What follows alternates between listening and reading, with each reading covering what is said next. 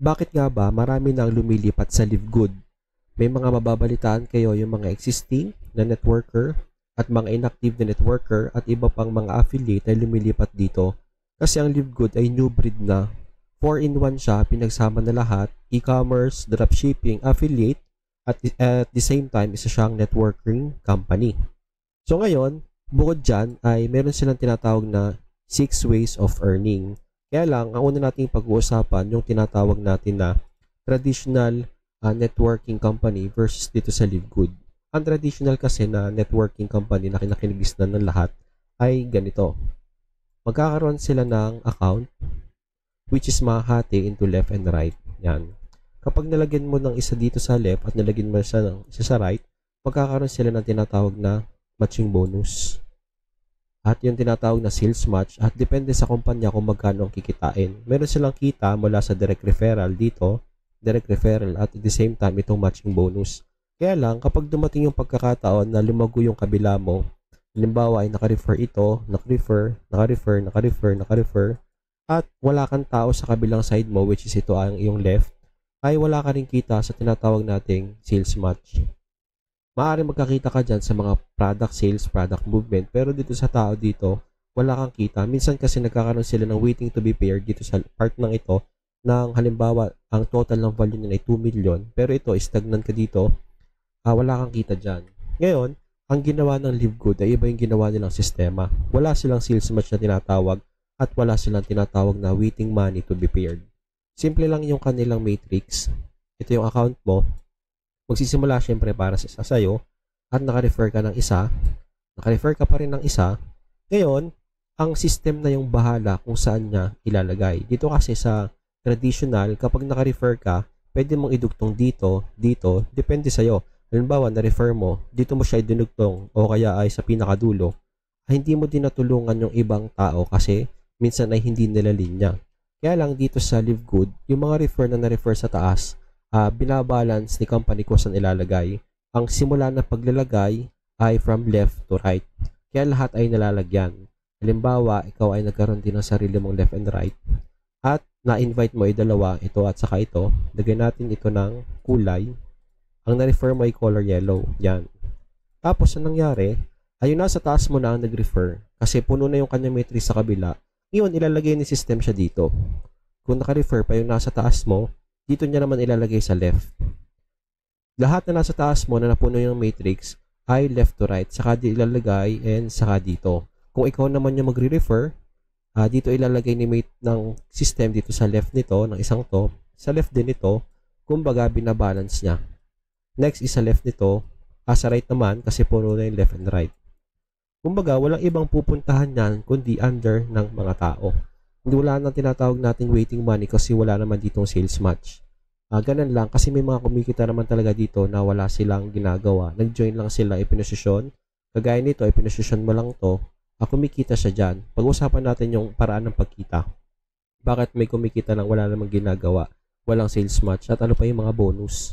Kasi ang iba exciting. Kasi ang iba kasi sobrang napagod na gawa nga ng traditional network company. Ang base of dito, pay in, yung pag-join mo ay sa pamamagitan ng debit or credit card or yung tinatawag nating cryptocurrency. Kasi ang cryptocurrency ay for global use na yan. Kung mapapansin nyo dito, ang top 1 is si Daniel Pailon from Canada. Iba't ibang bansa. May nakapasok tayo sa top 5, si Fernan Santiago. Isa tong YouTuber, si Coach Fernan, na naka-enroll siya ng 477 na tao under his network. Okay? So kapag naka-invite ka ng ibang lahi, kung marunong sila sa crypto, pwede sila mag-pay-in or either sa credit or debit card. Or yung technique na ginawa ko ngayon, since nagkalaman na yung aking dito sa my earnings, yung kita ko ay pwede ko din gamitin pang-enroll ng iba. So bayaran na lang ako nila ng cash or GCash or whatever at ako mag-enroll sa kanila sa pamamagitan ng credit wallet. Ngayon, pag-usapan natin yung earn income in 6 ways. Yung tinatawag nating weekly fast start commission. Weekly fast start commission. Kasi yung iba, dito sa networking company, yung pay-in dito na halagang 3,000 o 4,000, ang direct referral lang nila is 500 pesos.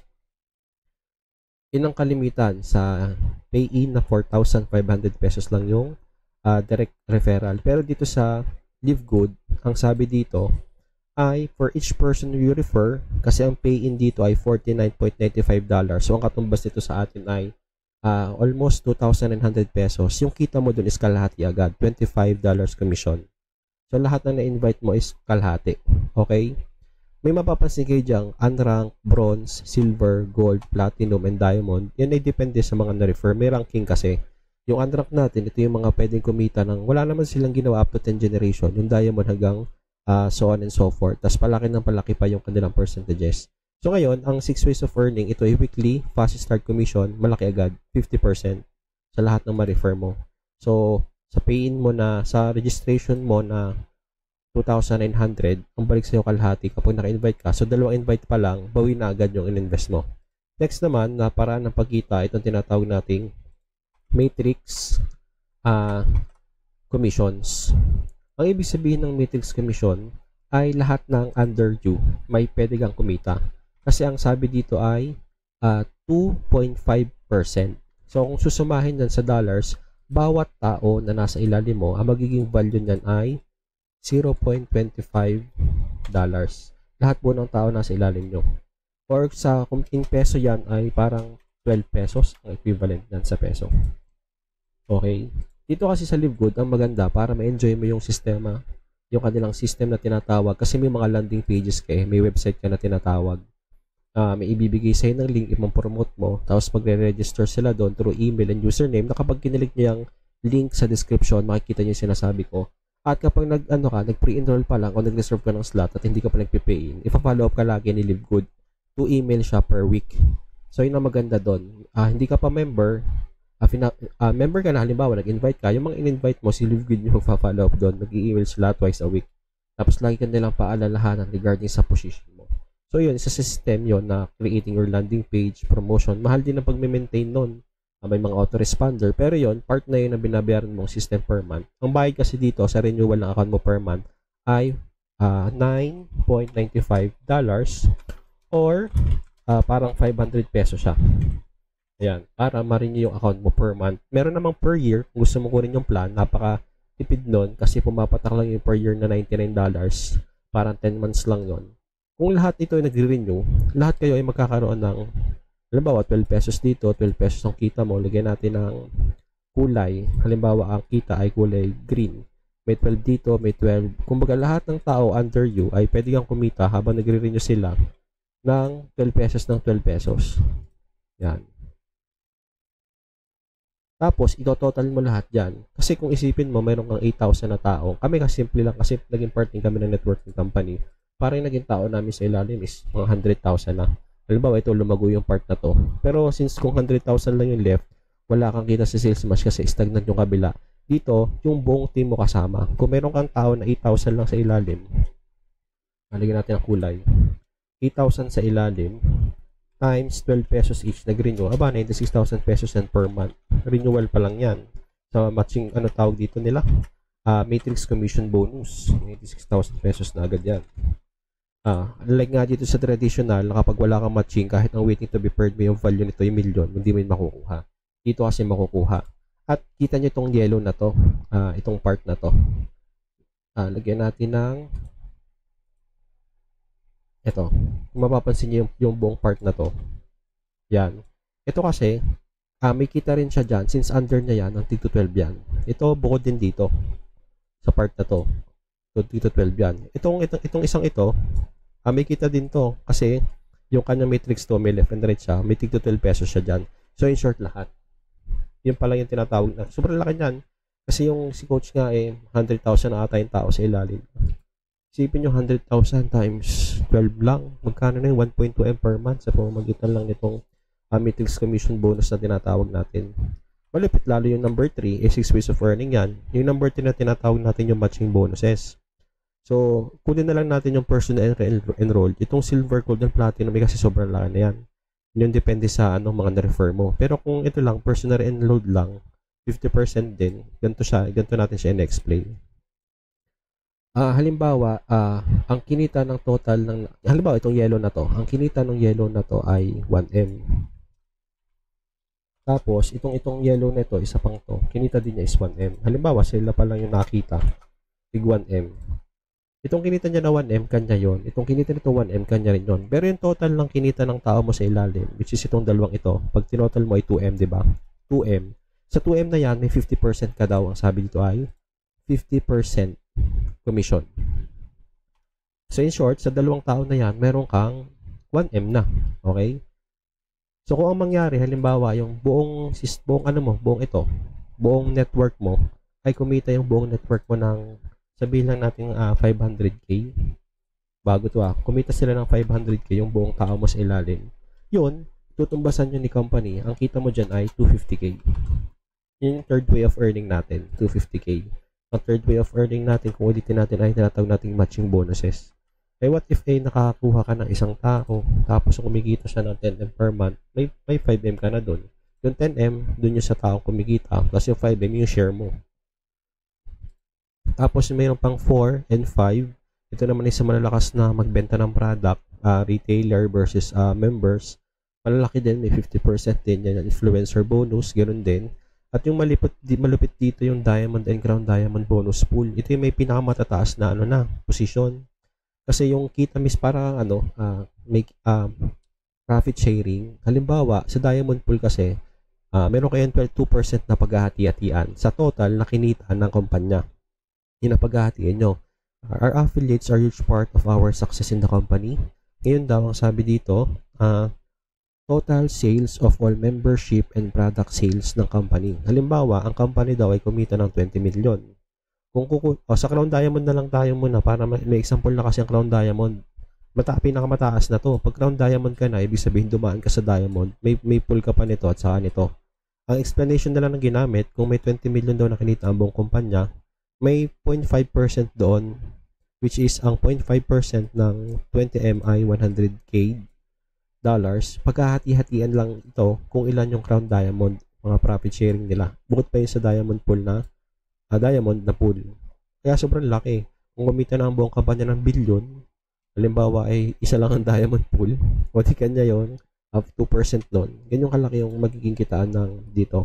Kaya ang maraming lumilipat dito sa Live Good. Tapos ang maganda nito ay online nga siya. Hindi siya bumabalik sa traditional. Kung ito ay traditional, ang hirap. Maraming presentation.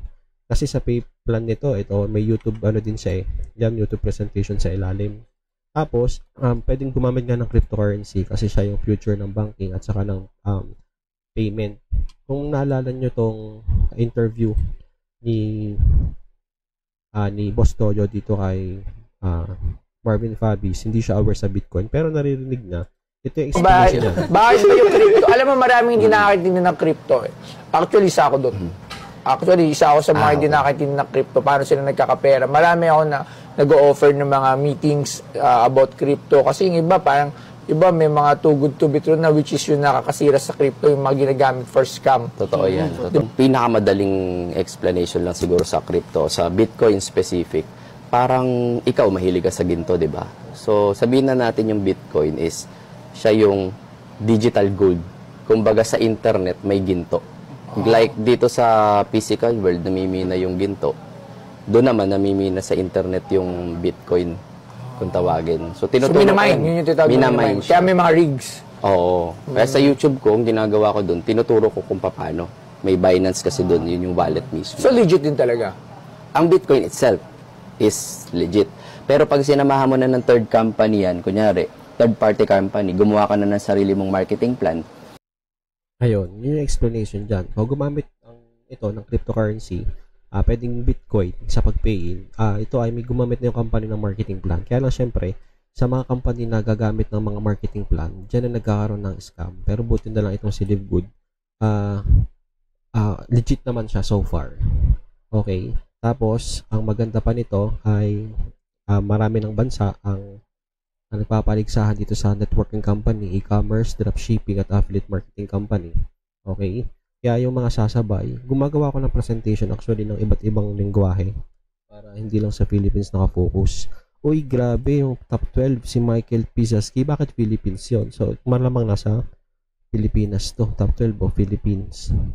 Dalawa lang nakapasok sa Philippines. Ito, meron pa si Coach Farhan, si Demi Cebuan. Yung iba ay siguro hindi nila na-update pero Philippines pa rin. So, buti na lang ang Ang ginamit lang nila itong crypto para mas madali yung mode of payment, para lahat ay dala. Kasi kung wala namang lahat debit card, wala namang lahat credit card, iba-iba naman ang sikat sa bawat bansa, katulad sa Philippines, GCash. Sa ibang kampanya nila, may kanya-kanya silang ways of pagta-transfer ng pera. Since ang cryptocurrency ay para sa lahat, so nagamit din siya dito na ways of pay in and pay out. Okay? So yun lang, ang mahalaga din ay ma-check mo lagi yung iyong membership na tinatawag. Kasi kung ikaw ay halimbawa nag-join ngayong November 23, dapat within December 23, kung pinili mo yung monthly membership, ay maano mo siya, ma-renew. Kasi kung hindi, kung ikaw kahit yun nasa pinakataas, tapos nakalimutan mo siyang i-renew, pupunta ka sa ilalim ng matrix. Kaya may ano naman dito sa website, may paalala kung kailan ka kung kailan mo siya pwedeng ma-renew.